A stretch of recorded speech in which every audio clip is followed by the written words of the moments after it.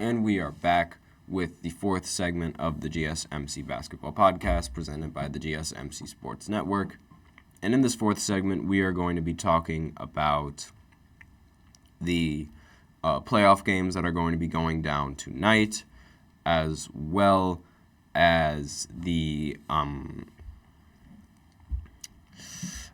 what the series it's going to imply now that the games are being shifted to go over to the other team's home court. So now that the first two games have been played in New York, Denver, and Cleveland, now the series is going to go over to the other team's home court, where they're going to play in Philly and in LA and in Orlando. And all of those teams, they're going to be playing two home games to hopefully, if you're a fan of either of these home teams, you'd want to hopefully even the series at 2-2, and this sort of gives you the perfect window of opportunity to do that. Before, in the early days of basketball, the playoff series would go 2 games, then it would go 3 straight home games for the losing seed, and then it would be 2 straight away games for the home. It would be 2 straight Jesus, excuse me, I can't speak English. So let's say the Bulls, they were the 1 seed, and they had to play the Pacers, who were the 2nd seed. So they match up in the Eastern Conference Finals. It would go the Chicago Bulls, they play 2 games. Then the Pacers would play 3 games at home. And then the series would end out with the Bulls playing in 2 games in Chicago. And this was the format for a while until 2010, where they decided to change it and allow these the series to be 2 games. Then it would be 2 home games for the winning team. Then it would be 2 home games for the losing team. Then it would be 1 home game for the winning team, 1 home game for the losing team, and then the last home game for the winning team, because that's it sort of made a lot more sense. And then they also changed the rule where now the first round of the playoffs could go to 7 games as opposed to it going to 5 games at most in the first round. So those are the changes that happened in the postseason. And another change that happened in the postseason is seeing the Cavs in the postseason without LeBron James being there to guide them. So now they're up 2-0 in this series against the Orlando Magic. Of all the playoff series that are happening right now, I'd say the Cavs, they have the easiest matchup to deal with right now, given how the Orlando Magic have sort of only been relying on shots in the paint, and they haven't really been taking that many 3-pointers as much as is accustomed to them and as much as they're used to. And with that lack of 3-point shooting, I think it is really going to cost them in this game. And when it's really bad, when you're up against a team that is not afraid to shoot the ball, it's really the big difference maker for your team, especially because threes are better than twos. And if you end up hitting more threes and the other team is hitting twos, you end up putting that other team in a hole.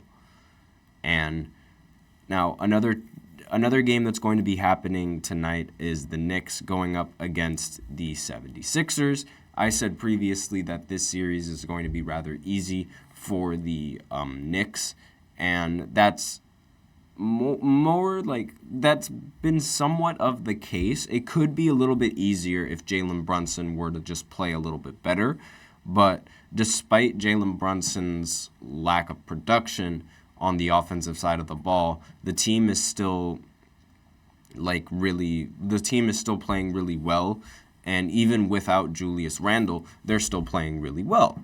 And you have to applaud that, because there's really nothing else that this team could be doing that's wrong. And one of the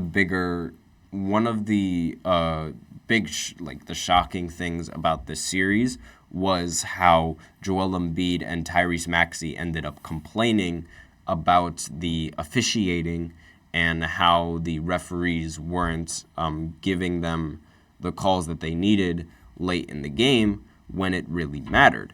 And obviously, like, I understand, like, there's the logic of letting the players play, and then there's also, like, because I feel like this this complaint was inspired by how the referees ended up not giving Nick Nurse the timeout that he desperately wanted for the team, and because of that, the Sixers ended up getting turning the ball over, and the Knicks ended up hitting a three, one of the most important shots of the series and one of the most important shots of the game, and they ended up winning 2-0. They ended up winning to make the series 2-0 going into Philly, and right now, it really, like, I don't really see, like, the Sixers, they could pull off one win, but I just think it's only going to be the one, and then the Knicks are going to close it out back in New York. And I don't see it really happening any other way other than that, despite, like, because I know, like, the Sixers, they've been playing rather well against the Knicks. They almost won the last game, and Joel Embiid and Tyrese Maxey, they played really, really well, but I just don't think that's going to be enough for the Knicks. And that leaves the final game of the night, which is going to be the Denver Nuggets going up against the Los Angeles Lakers. I never put anything past LeBron, and I'm not going to start doing that now, even though LeBron is clearly the oldest player in the league, and this team genuinely, like, it looks to have them outmatched. Now, despite the fact that they look outmatched, I'm not going to doubt LeBron, nor what he can accomplish when he has the home court in a playoff game. And this wouldn't be the first time that LeBron has shocked people in the first round, and I'm still waiting for that moment to happen where he eventually does.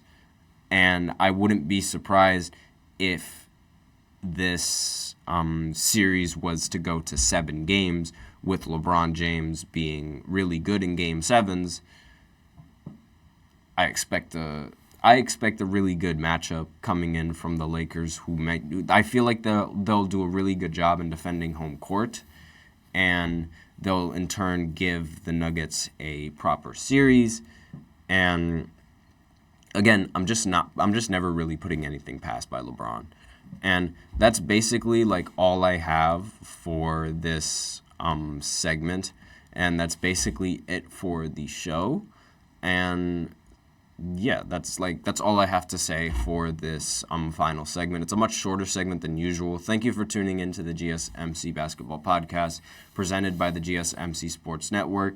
Your support means a lot to us, so please remember to subscribe to the show. Leave a positive review. It really does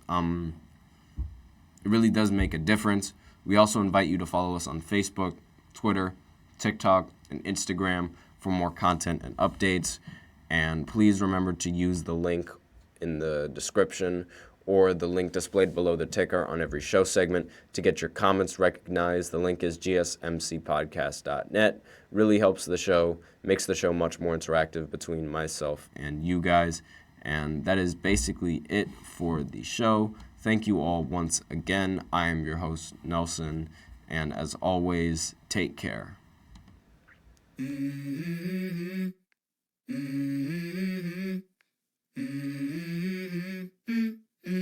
Let's go.